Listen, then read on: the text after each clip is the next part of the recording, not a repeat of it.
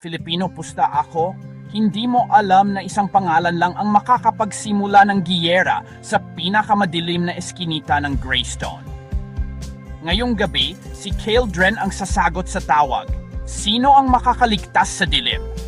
Bumabalot ang gabi sa Greystone habang si Kaldren, isang sundalong nawala ng karangalan at naging mersenaryo, ay tumatakbo sa mga basang kalye. Binabagabag siya ng kanyang nakaraan, isang massacre, isang nawalang kapatiran, at isang pangalan, Morthen. Sa loob ng Iron Crow Inn, ang init ng apoy ay walang-wala kumpara sa naglalagablab na paghihiganti ni Kale.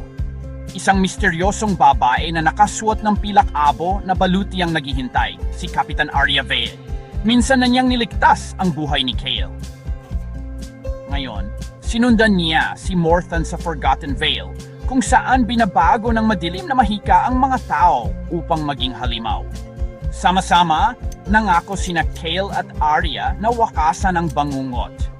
Darating ang bukang liwayway at kasama nito ang unang labanan sa isang bagong alamat. Sasagutin mo ba ang tawag sa dilim?